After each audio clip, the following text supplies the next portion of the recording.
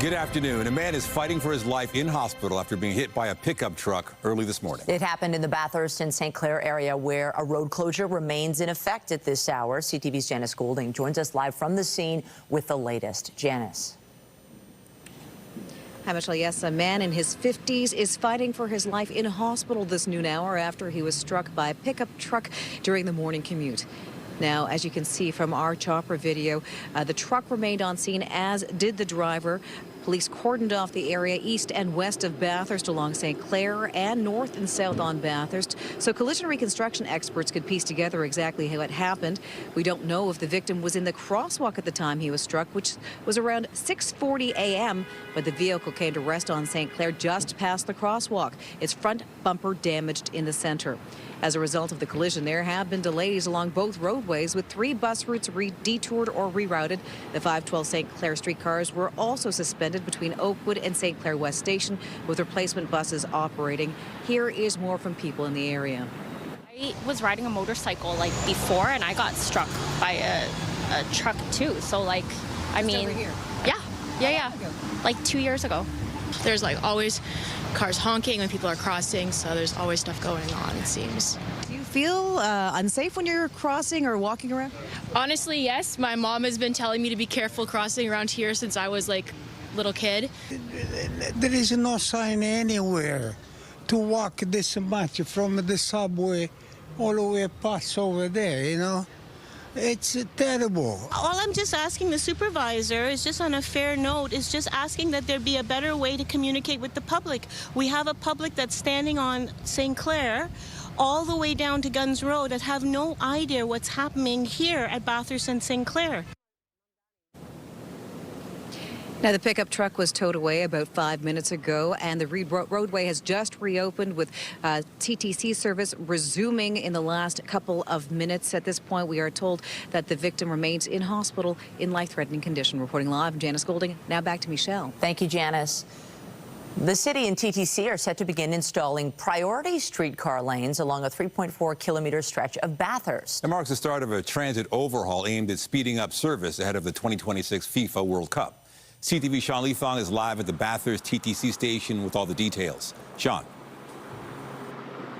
Well, Nathan and Michelle, it will extend south of where I'm standing all the way to Lakeshore, but most of the work will actually start this evening and will be done just in the overnight hours. It'll be 10 p.m. to 4 a.m. that most of the work will be done, so traffic will be moving relatively normally throughout the day. Now, we do have some images of what the priority lane will look like. It'll be markings on the road, and that's what the primary work will be around the track. It'll be changing the paint markings on the road so it will be clear for drivers, and signage along the signs of the road. So what we won't see is a dedicated lane like you might see on St. Clair or down on Spadina, where there's actually concrete barriers. It looks like it's just going to be markings, and it should be done relatively quickly, although the city hasn't given an exact explanation as to when the track work should be completed, and traffic is expected to flow relatively normally during the daytime hours. Still, there are some people who have concerns about this and those who think it will help. Here's what they had to say. Traffic is already bad without all the construction going in the city, so this is just like a major street. Very, very difficult.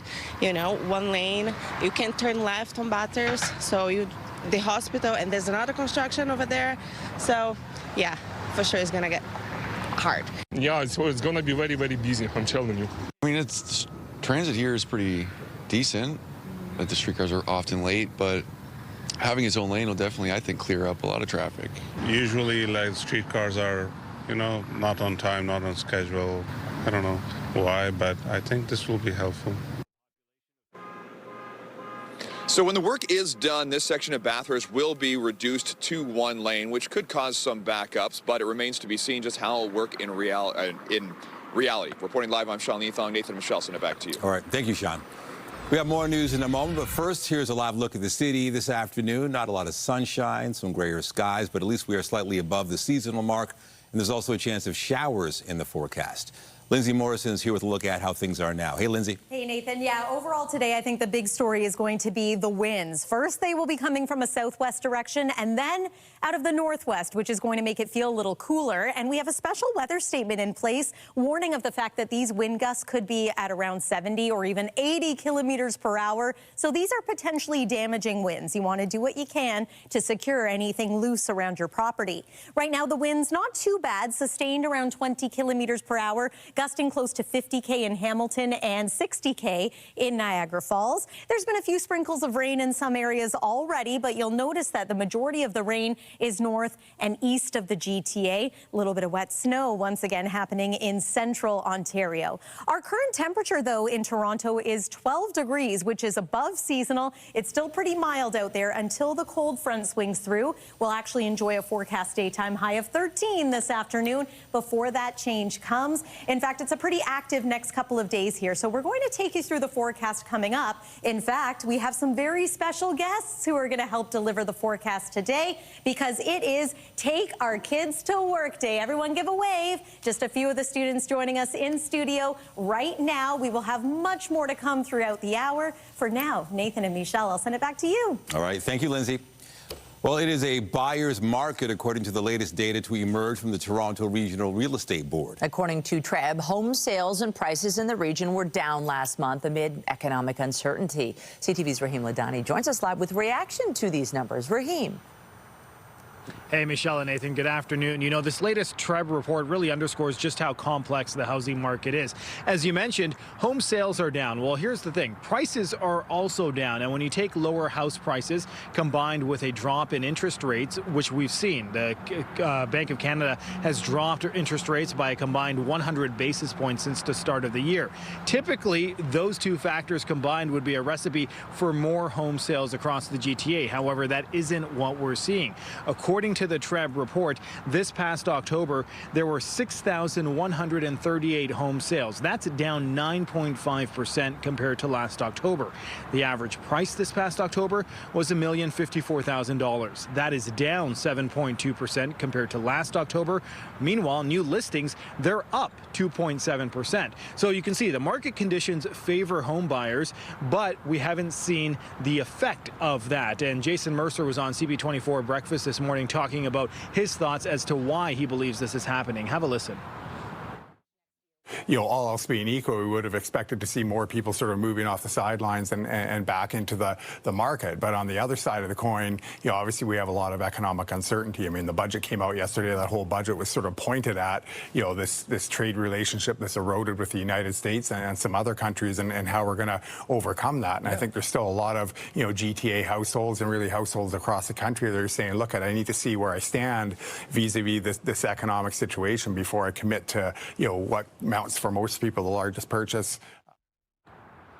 Now, if in fact that is what home buyers are thinking, the question of when this economic uncertainty will end is obviously quite broad. No one knows the answer to that.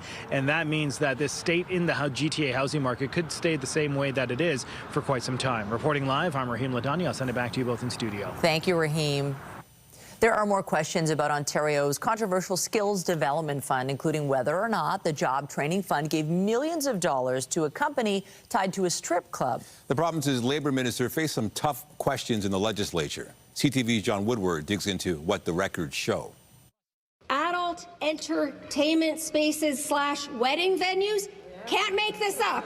A surprising exchange in Ontario's legislature based on a new report about this club and the province's controversial $2.5 billion skills development fund.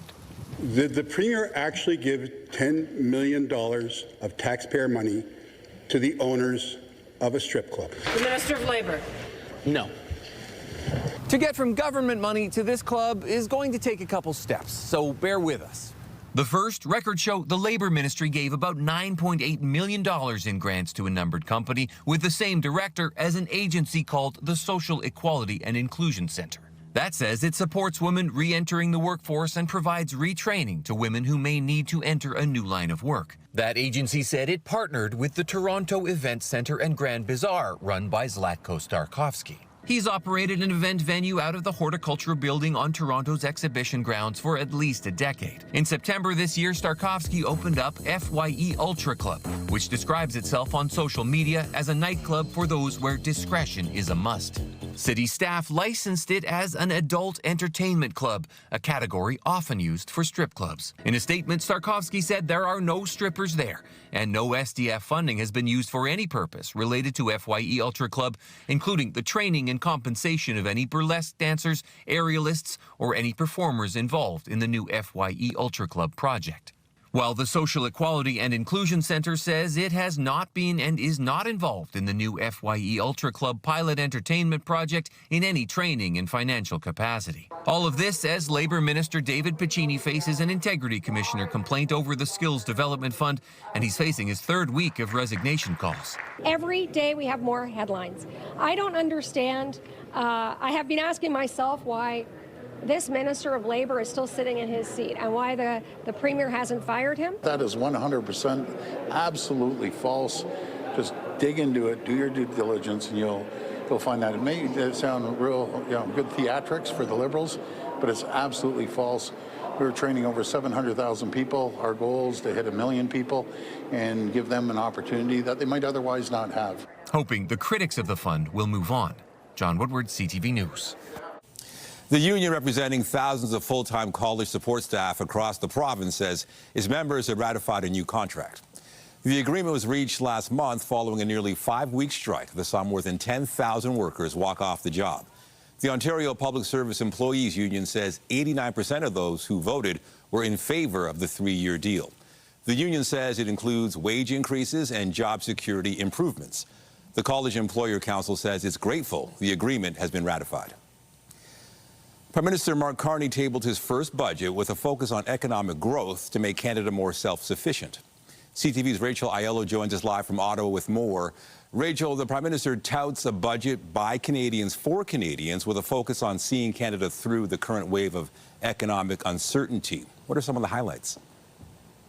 Yeah, good afternoon. So I think the main takeaway from this budget, Prime Minister Mark Carney's first, is really that he is signaling a shift away from the kind of budgets we saw under the past Liberal government and Justin Trudeau. What was presented yesterday in the House of Commons was a budget that is focused more on long-term economic growth. So we're seeing massive capital investments in a few key areas that the Liberals are saying should help build up Canada's self-sufficiency, should help kind of steer the choppy waters of this trade war. So we're seeing big money going towards infrastructure. Watch for that to be something that they try to sell across the country in local markets. As well, big money on spurring productivity, innovation, and growth. New defense spending, obviously, to meet those NATO commitments, and as well, new housing money. But with all of this capital expenditure becomes the question of, well, what is being cut? That was also revealed in the budget. They are slashing some of the operational side of spending, cuts to certain public programs that the government has been championing over the last number of years. Social programs have been saved. But then, of course, the public service cuts, around 28,000 jobs the government is targeting to get rid of through this program, some of that through attrition, some of that they're hoping some early retirement packages. So it's kind of a twofold projection here from the Liberals in trying to find a way to respond to the current trade war dynamics, but also try to find a way to sell this back at home to Canadians. And Rachel, the other thing that we're watching is that a member of the Conservative Party leaving that caucus and joining the Liberals. Do you know what's behind that decision? Yeah, absolutely fascinating development late last night into today. So we did hear from this MP, Nova Scotia MP Chris D'Entremont this morning. He actually joined Prime Minister Mark Carney at his event here in Ottawa today, touting the budget. He is saying that this decision was motivated twofold. One, he's felt for some time a bit of distance with Conservative leader Pierre Poilievre, not feeling supportive of the leadership and the direction that he was taking the party, but then also feeling, he says, that he wanted to be part of the solution, trying to address the problems this country is facing. He didn't find a path for him to do that in the opposition, and he saw an opportunity to join the Liberals, join the government, and try to be part of the group pushing things like this budget forward. So it's prompted a lot of questions here on Parliament Hill. He also indicated there might be some additional Conservative MPs who feel similarly, so we're all watching out now as caucus meetings are breaking as we speak on the Hill, heading into question period not too long from now, to see if D'Entremont is right, that there are other MPs who are feeling similarly. And as well, I think worth noting here, D'Entremont crossing the floor has given the Liberals one more vote. They needed 3. They now only need 2 more to have a majority standing in the House of Commons. So clearly the stakes are pretty high here. For sure. CTV's Rachel Aiello in Ottawa. Thank you. Thank you. Meanwhile, Canada's industry minister was asked this morning what are the government's next steps following the announcement from Stellantis that it is moving production from Brampton to the United States. First and foremost, on Monday, I announced that we're starting the dispute resolution mechanism. I don't like the term, but that's the term that is written in the contract. So that's why I'm using that term. According to the contract, we have to do this for 30 days. And then afterwards, if we don't find any form of resolution, the government will sue Stellantis. Jolie has said the dispute resolution process is underpinned by government contracts with the automaker. She insists the company must be held accountable for breaking its promises. Stellantis decided last month to move planned production of its Jeep Compass to Illinois. At least 9 people died and more than a dozen others were injured when a plane crashed at the airport in Louisville, Kentucky. It happened during takeoff yesterday as the UPS plane was leaving for Honolulu. Emergency workers are searching for more victims. The governor has declared a state of emergency to deal with the fallout from the crash. The FAA says the National Transportation Safety Board is leading this investigation. A team of at least 28 people is scheduled to arrive in Kentucky today. Democrats scored major wins in state and local elections last night, with one of the biggest in New York, where Rahim Ladhani has been elected mayor. So, Donald Trump, since I know you're watching, I have 4 words for you. Turn the volume up. Ladhani went after U.S. President Donald Trump during his acceptance speech. Democrats also swept the governor's races in New Jersey and Virginia, contests that were widely viewed as the first test for Trump since he returned to power 9 months ago. One of the other key victories came in California, where voters approved a plan to redraw congressional districts to benefit Democrats, offsetting a similar move to benefit Republicans in Texas. The U.S. government shutdown is now the longest ever. The impasse between Republicans and Democrats continued into its 36th day, and it's unclear how long it will last. But there is increasing pressure from Americans facing lines, delays, and cancellations at airports ahead of a busy holiday season. Roughly 1.4 federal employees have not been paid. Returning to the federal budget, it is the first to come since Donald Trump initiated a trade war with Canada upon his return to the White House earlier this year. And while the budget does mention some of the measures the government has already taken to support the industries being hit by U.S. tariffs, it doesn't have many additional measures. And its tabling came just one day ahead of the U.S. Supreme Court hearing cases arguing Trump's unilateral use of tariffs has been illegal. For more on this, we bring in CTV's Scott Hurst live in the National Newsroom this afternoon. Scott, the Carney government's budget is set to bring some relief from Canadian companies impacted by U.S. tariffs. What can you tell us on what those measures are? Michelle, good afternoon. Really, the impact of tariffs, an underlying theme throughout a significant portion of this budget. Billions in new spending to counter the economic attacks coming from the Trump administration, coming from the White House. But a lot of it is a longer-term bet. And as you mentioned, some of the support, some of the industry-specific aid had already been announced as part of pre-budget announcements. And of course, the U.S. trade war, as we know, is taking a significant toll on the Canadian economy as industries are seeing markets shrink and job losses add up.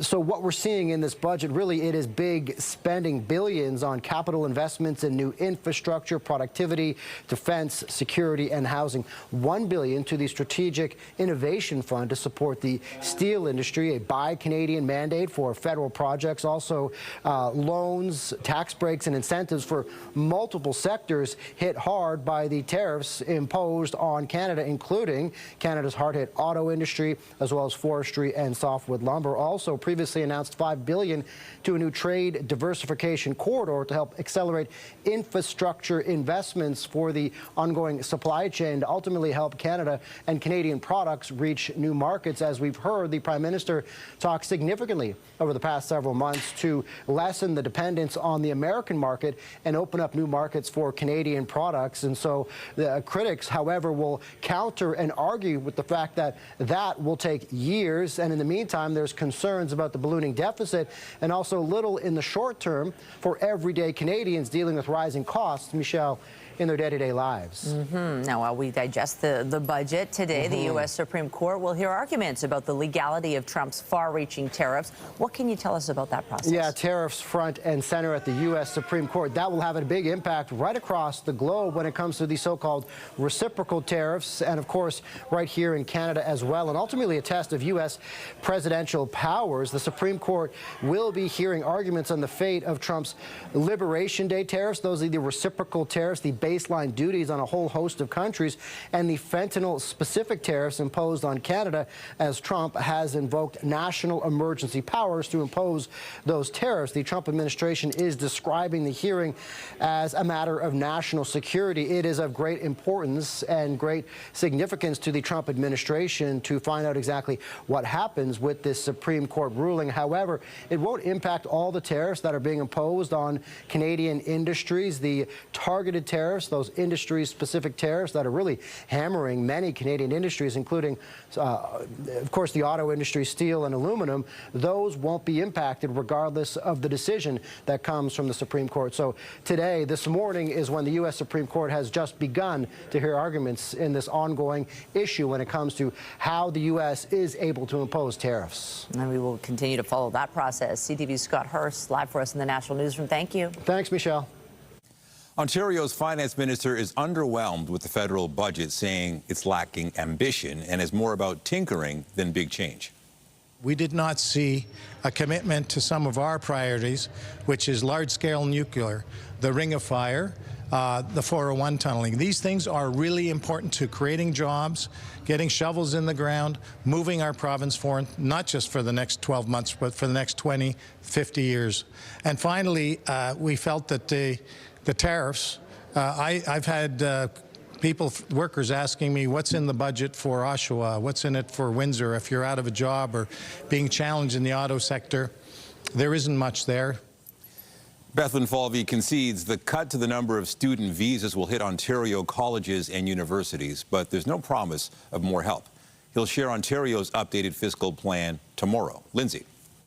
Well, we have found ourselves in the path of a very active storm track right now. Over the next 5 days, 3 different lows are going to be impacting us here in southern Ontario. Today, it is mild enough that we are simply seeing some rain and some pretty strong winds. 13 degrees, our forecast daytime high. As we make our way into the weekend, though, it is going to become noticeably cooler, and you're not just going to feel it, you might see it in the form of some wet flurries. So we're going to take you through the long-range forecast with the help of some great grade 9s who are here for Take Our Kids to Work Day.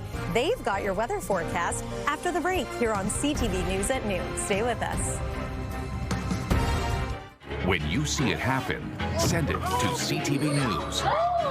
Text 10400 from your screen to ours. Text 10400. We're less than a year away from the FIFA World Cup 2026, but today excitement is building with the introduction of the series mascots being held at Nathan Phillips Square.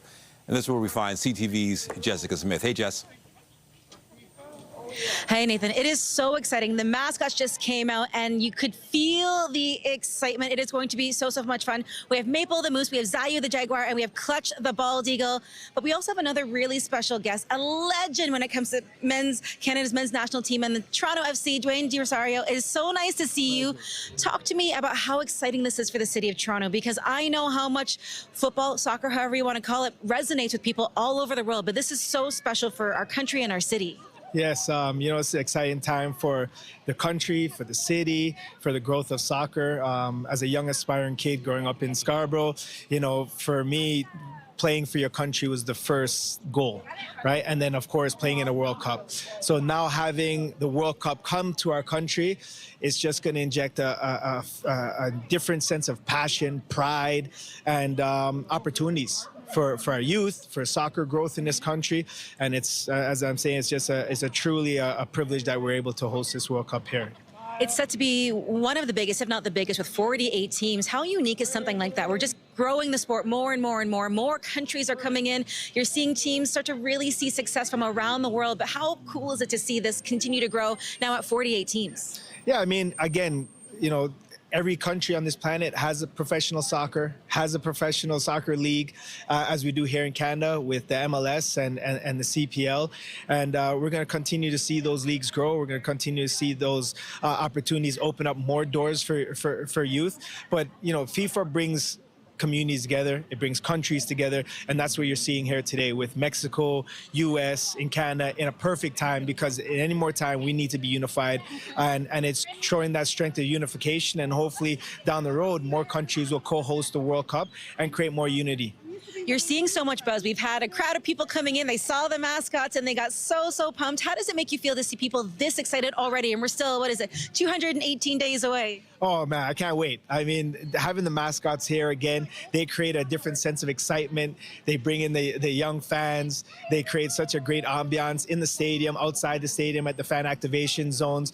But like I said, you know, to be here today and knowing that we're 4 or 5 months away, I can't even keep track of how everything's happening so fast. That clock is ticking down rapid speed. But to know that we're just around the corner from hosting the first ever World Cup to grace Canada, what an opportunity and what a experience it'll be. I mean, you're a local guy. What would you say to other people out there, kids who are watching, who are like, okay, the World Cup is coming here. This is something I can aspire to. I'm from Scarborough. I'm from Mississauga. What would you say to them? Yeah, you know what? I'll say this. Obviously, we can't fill the stadium with every single person in Ontario. It's just logistically impossible. But there's so many activation. There's so many other ways to get involved with the excitement, with the passion. So go to your local pubs, support your local community that's going to be hosting parties. Throw a hosting party yourself. Come down to the city. There's going to be great fan activation zone. But whatever it is, just get out, be proud, support your country, and most importantly, support Canada. Listen, it's going to be so exciting, Dwayne. Thank you so much. Always a pleasure. We're counting down to FIFA World Cup, the 23rd edition. It's going to be so exciting, and to send things back inside. Thanks, everyone. Yes, excitement sure is building. It'll be here before you know it. Meanwhile, we have a pretty exciting day here at the CTV studios because it's Take Our Kids to Work Day. So our building is flooded with grade 9 bright-eyed students having a look at how we do things around here. And they're doing a great job. They're paying attention, which is great, and they're not interfering with the show. But they will be very soon, yes. Until now. They're going to help us deliver the forecast, which I'm so excited about. But it's true. What a special day. You know, these students have been able to tour around the building, see places like TSN, see the makeup room and our newsroom. It's a pretty cool little peek behind the curtain. And now we're going to bring them onto the stage to help deliver the forecast. Let's get right to it. Weather is brought to you by the Presler Law Firm Injury Lawyers. You don't pay unless they win. I'm going to begin with the start of the forecast, though, just to show you that it's not too bad out there right now, but we do have a few showers in the forecast. Not going to amount to a lot of rain for today. The bigger story, in my opinion, is the winds. Here's a look at a special weather statement that was issued by Environment Canada. So all the areas within this warning could experience 70 to 80 kilometer per hour wind gusts a little later this afternoon. First, they're coming out of the southwest. Later this afternoon, again, gusts exceeding 60 to 70 kilometers per hour, changing to more of a northwest wind, which is going to start to cool us down, make it feel a little blustery out there for sure. And then we get a bit of a break tomorrow, and then more windy weather on Friday. It's just that time of year, isn't it? We've got a few showers impacting areas around Georgian Bay, eastern sections of the province, and yeah, once again, some wet snow in through central Ontario. So this is one low pressure system for today. As the cold front swings through, that is going to cool things down. Little bit of a break for tomorrow, although we can't rule out the possibility of a quick passing shower. Here's this evening. It remains pretty unsettled, even though we will get some dry periods in many areas. Early tomorrow morning, chance of a few wet flurries for the north end of the GTA and south of Georgian Bay. There's tomorrow afternoon, so mix of sun and cloud, brighter skies expected overall, but yes, that chance of showers will be there. Cloud cover returns for Friday. We're going to get another dose of rain, and then the weekend brings us the possibility of some wet flurries. But I know you don't want to hear from me anymore, so I'm going to invite a couple of these very wonderful grade 9 students to come on up, beginning with Ava, who's going to take us through our current temperatures. Go ahead, Ava. Yes, so the current temperature in Toronto is 13 degrees. In Windsor, we have a high of 14. In Geraldton, we have 2 degrees, a low of 2, and in Ottawa, 5 degrees. So it's a little bit cooler in some other areas compared to here in the GTA. We're enjoying this. Ava, tell us what's in store tonight. Take one step closer to me so we can see you. And what can we expect tonight in Toronto? Yes, so tonight's low is 4 degrees with the normal temperature of 3. Very good. So that's not too bad for this time of year. Thank you so much, Ava. Up next, we have Zachary. Come on up, my friend. Can you tell us, Zachary, what we can expect tomorrow? Here's tomorrow at a glance. Okay, so tomorrow is going to be 8 degrees. It's going to be... Okay, I'm not. There's going to be a 40% chance of showers. The winds are going to be from 15 to 30 kilometers per hour. The sunrise is going to be at 7 a.m. and the sunset at 5:01 p.m. Very good. So it's looking like a not bad day. Winds still a little breezy, but not as bad as today. How about our highs across the province? So tomorrow's highs, in Toronto, it's going to be 8 degrees. In London, it's also going to be 8 degrees. In Waterloo, it's going to be 7, and then in Niagara Falls, it's going to be 9. That's fabulous, Zachary. Thank you so much. You can come join me over here. Now we're going to have Emma take us through the first couple of days of the 7-day forecast, beginning with today, Emma. Today, it was a high of 13 with a low of 3 and a few showers. On Thursday, we have 40% chance of showers with a high of 8 and a low of 2. And on Friday, there's going to be periods of rain with a high of 10 and a low of 5. Come join me for 1 second, Emma. We're going to see if we can get your microphone fixed. But Kelsey, you're going to join me up here for 1 second. Can you take us through the weekend and the early part of next week? On Saturday, it's going to have a high of 7 and a low of 1.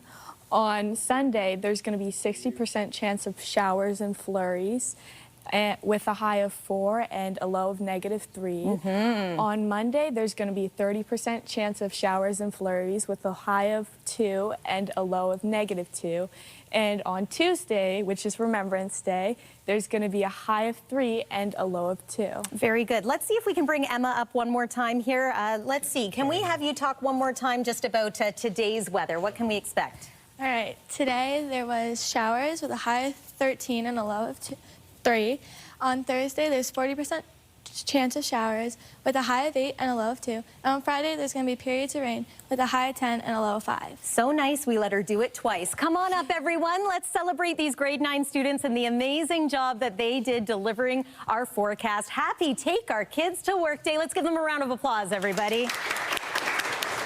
Nathan and Michelle, we'll send it back over to you. Well done. You nailed it. Fabulous. Well done. Yeah, what a fun day here at CTV News. And just ahead, there's more to come. The impact of racial discrimination in the healthcare system, what a new report reveals about the experience for Black women and girls. Stay with us.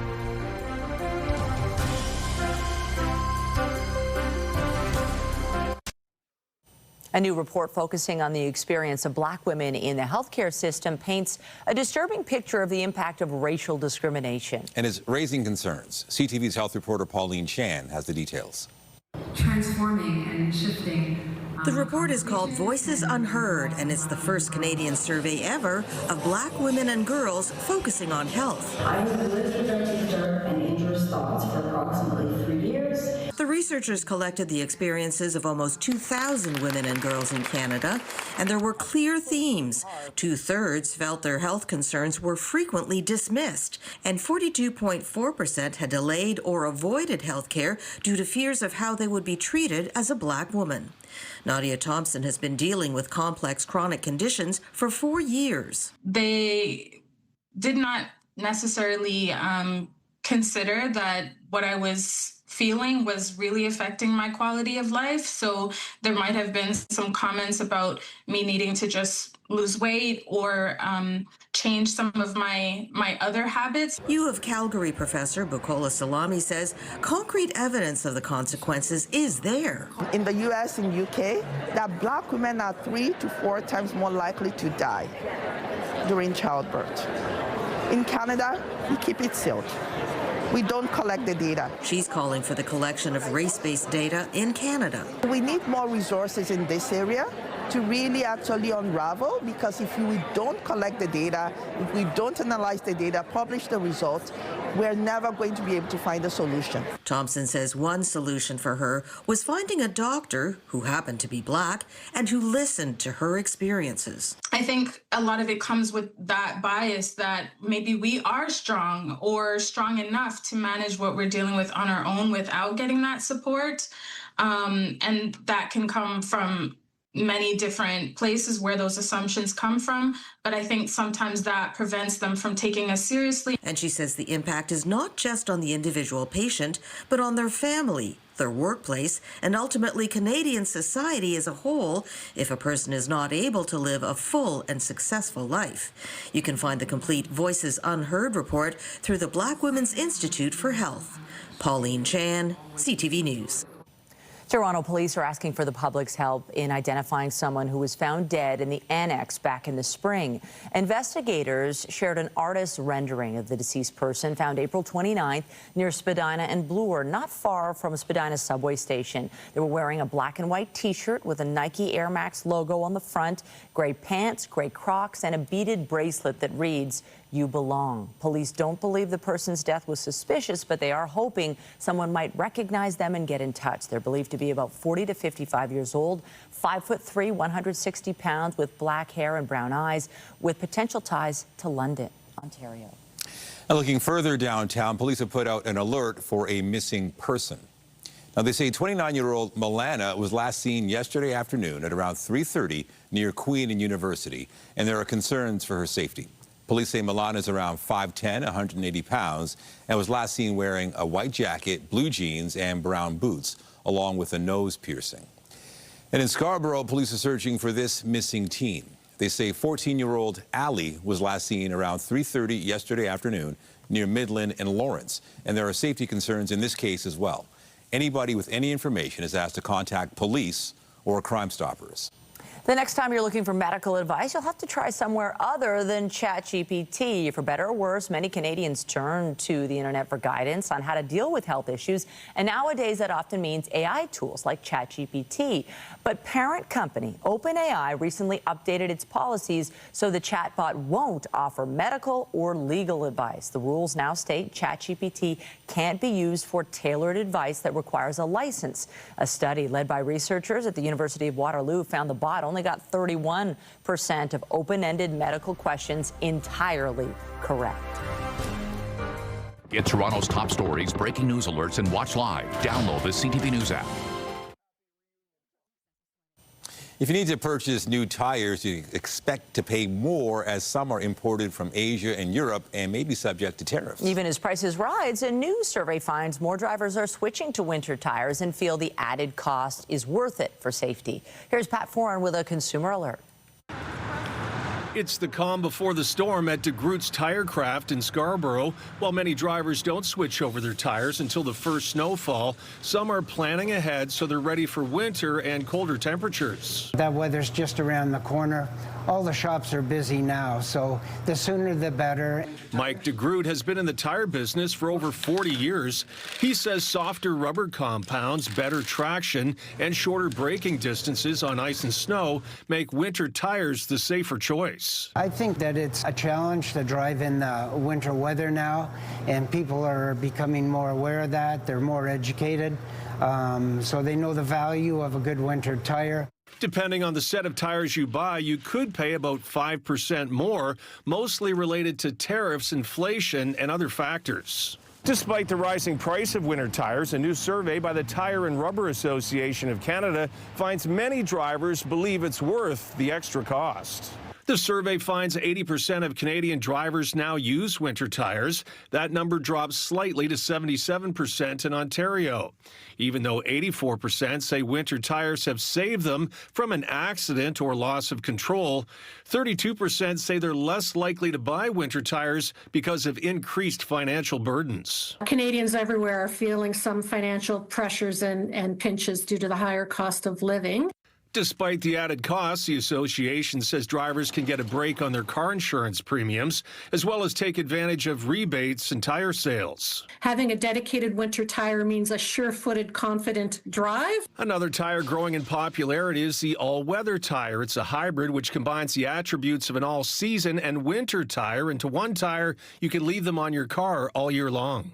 Our testing, they absolutely work. They are not as superior as a winter tire in no conditions, but they are definitely better than all seasons. If you need to buy or switch your tires, it's recommended you don't wait till the snow flies, or you can expect long lineups at tire shops.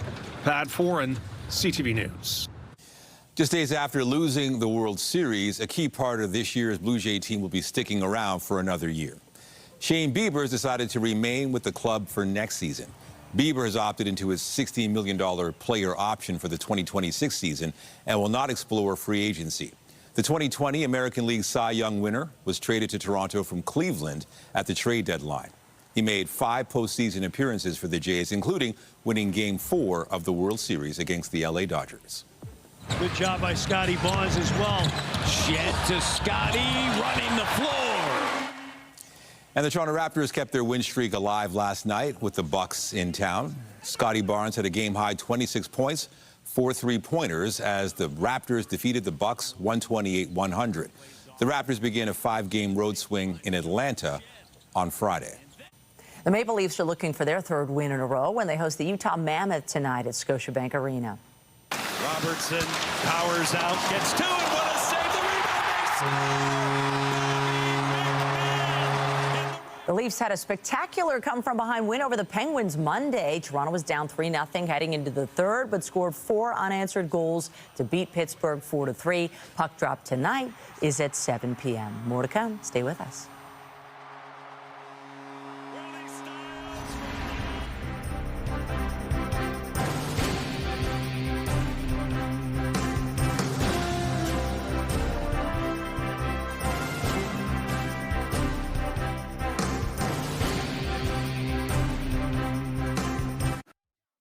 Heroes of the Ice met some heroes of the past as members of the Toronto Maple Leafs paid a visit to the veterans at Sunnybrook ahead of Remembrance Day. We spent some time there, and Rahim Ladhani has, actually, I've got the story. Hip, hip, hooray! Making noise for their favorite hockey team. Spirits are high inside Sunnybrook Veterans Center as more than 50 Canadian war veterans, including Ben Williston, have the opportunity to share stories with some of their favorite Toronto Maple Leafs. I joined up for the Korean conflict in 1950.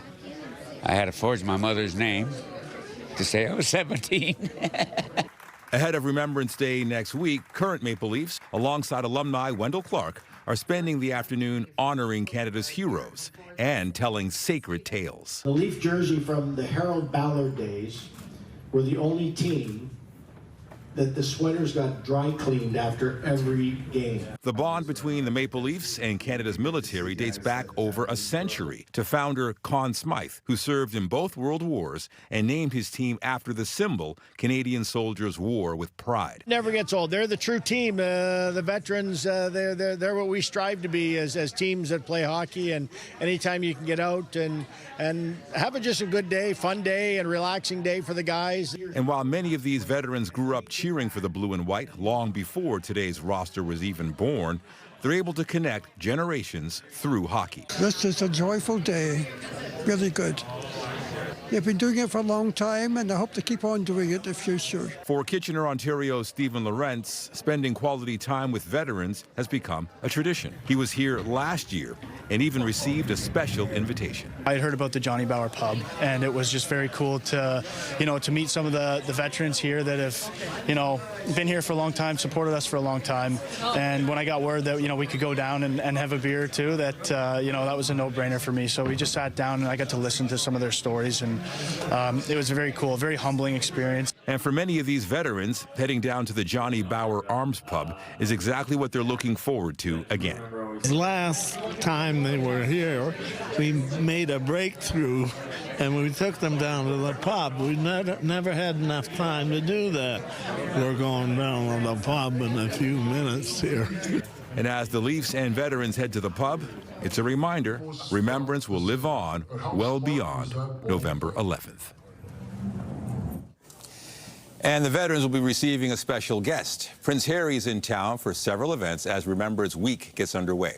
The Duke of Sussex has a private lunch this afternoon, followed by an evening fundraiser for the Halo Trust. That's a UK-based charity that helps clear explosives around the world. He'll then visit veterans at Sunnybrook tomorrow before a dinner organized by the True Patriot Love Foundation in support of Canada's military community. All right, these are the kids joining us in studio as it is Take Our Kids to Work Day. Wave, everybody. Say hello to the cameras. thanks again for coming. This is fun. They're going to join us for the last part of the show. It's an amazing opportunity to see, because everybody here knows somebody who works here, right? So it gives you a chance to get a sense of, you know, what mom and dad and what aunt and uncle do during the day. I remember take our kids to work day. Me too. I was shocked. My dad did way more work than I thought. And the day was a lot longer than I thought it was, too. Yes, exactly. But this is pretty cool, and my hope is that all you students will go home, and when you watch the newscast tonight, you can say, hey, I was there. I saw that. Exactly. What's more fun, seeing behind the scenes or just missing school? Missing school. Okay, he's being honest. Let's take one more look at the weather while we're here. We do know that it is a windy day today.